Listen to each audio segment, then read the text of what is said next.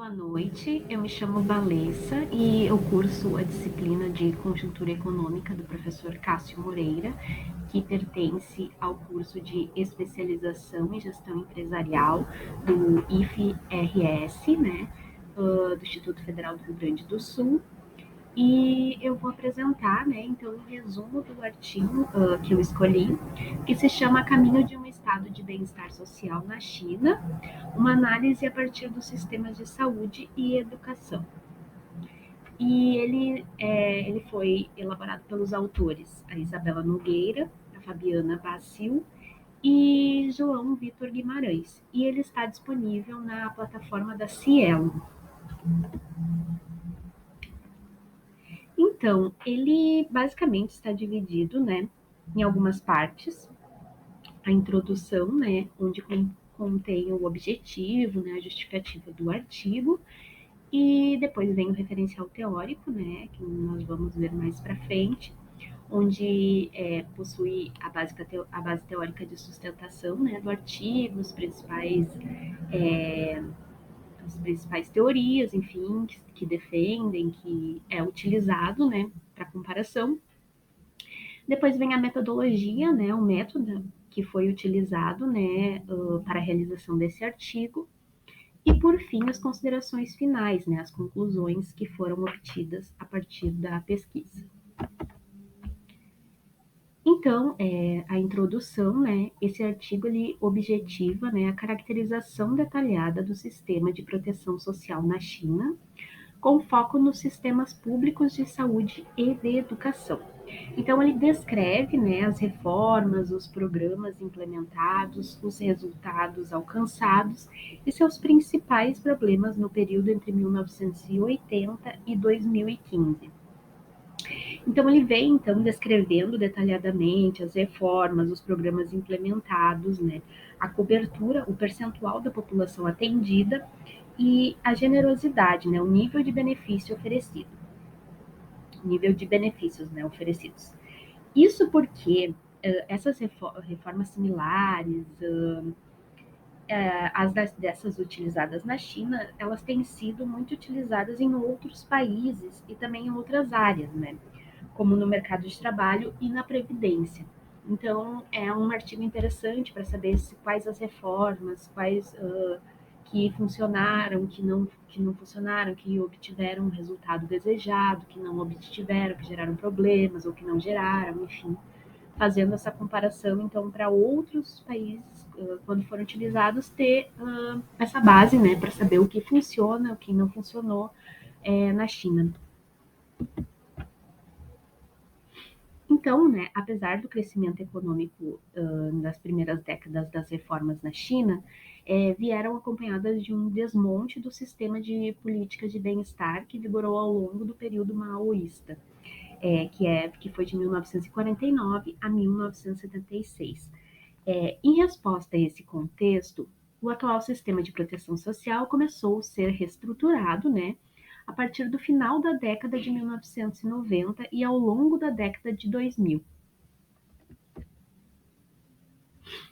E também, né, é importante ressaltar que houveram a implementação de 3 seguros, né, sociais de saúde vigentes na China até hoje, né. São os principais, é o EBMI, que foi introduzido em 1998 para cobrir os trabalhadores formais urbanos, o NRCNS, né, que foi iniciado em 2003 para atender os residentes rurais, e também o URBMI, que foi introduzido em 2007 de forma a cobrir os residentes com registro de moradia urbano não atendidos pelo EBMI.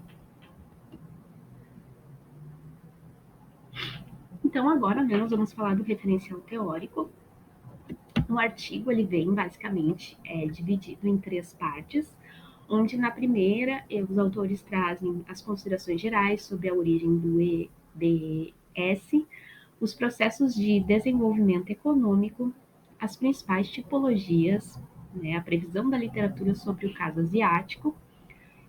Aí na segunda parte eles vêm detalhando o sistema chinês de proteção social na saúde e na educação. incluindo suas principais reformas, os resultados alcançados, contradições e desafios. Na terceira parte, eles trazem as comparações dos sistemas de saúde e educação chineses com as tipologias sobre o estado de bem-estar.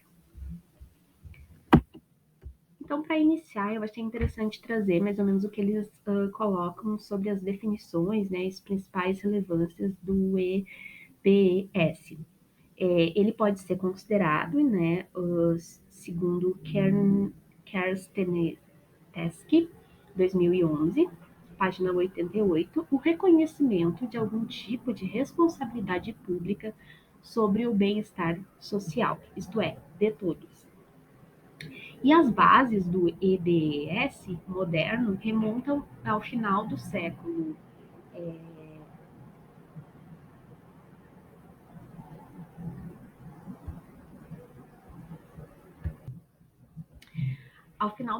XIX, com a Alemanha de Bismarck, onde passaram a ser defendidas pelos seus efeitos econômicos ao reduzir os riscos sociais, os ciclos de consumo são suavizados, mitigando as incertezas e removendo a estabilização econômica. Então, aqui eu tentei fazer um resumo, né, do que foi colocado no referencial teórico, né, sobre essas reformas, esses problemas, como que foi as principais características de cada fase, né. Então, na primeira fase, né, que aconteceu de 1980 a 1990, houve uma limitação dos gastos sociais públicos, um forte papel exercido pelo Estado como regulador, né, uma previsão de bem-estar oferecida a partir de programas segmentados, o papel central desempenhado pelas famílias, Estado no papel de regulador, mas não de provedor principal. Na segunda fase, né, que ocorreu de 1990 a 2000, ao mesmo tempo em que a pobreza monetária, né, foi reduzida, as famílias foram levadas à falência, porque gastaram muito com saúde, com também por causa das epidemias, né, que ocorreram nessa fase, também houve uma desigualdade social muito grande. No início do século, da década de 2000, né, que foi a terceira fase, o sistema de seguridade atual começou a ser construído, houve uma descentralização fiscal, também houve o avanço, né, da educação básica, que foi bem significativo, e houve também muitos programas na Previdência Pública, que foram elaborados e colocados em prática.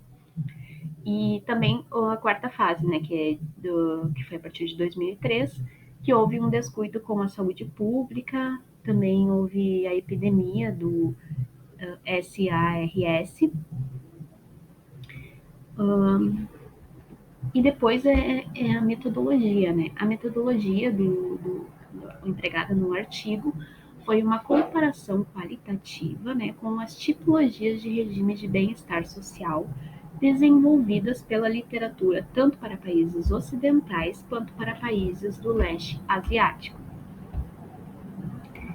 Enfim, como considerações finais, né, o artigo coloca como relevantes que a China ainda precisa, né, superar diversos problemas para que sua população desfrute de um sistema de proteção social robusto, né, apesar de todas as reformas, tudo que foi implementado, de muitas vezes haver um forte papel do Estado, né, presente, assim, ativo, mesmo assim ela ainda enfrentou muitos problemas. A desigualdade do nível de generosidade, né, dos programas de saúde implica em um universo de atendimento de saúde radicalmente distinto para populações.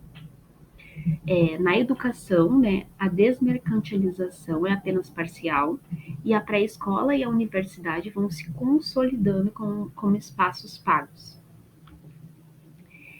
Esse processo de construção de um EBS começou muito recentemente na China, ou seja, após os anos 2000, e segue em intensa mudança. Então, eles ainda seguem fazendo modificações, reformas, a fim de melhorar, né, a atuação do Estado no papel de uma melhora, né, na, na saúde, na educação e na desigualdade social também. Isso. Aí depois eu trago também algumas das referências, né, que os autores utilizaram na elaboração do artigo, que é importante também. E é isso. Muito obrigada e agradeço pela atenção.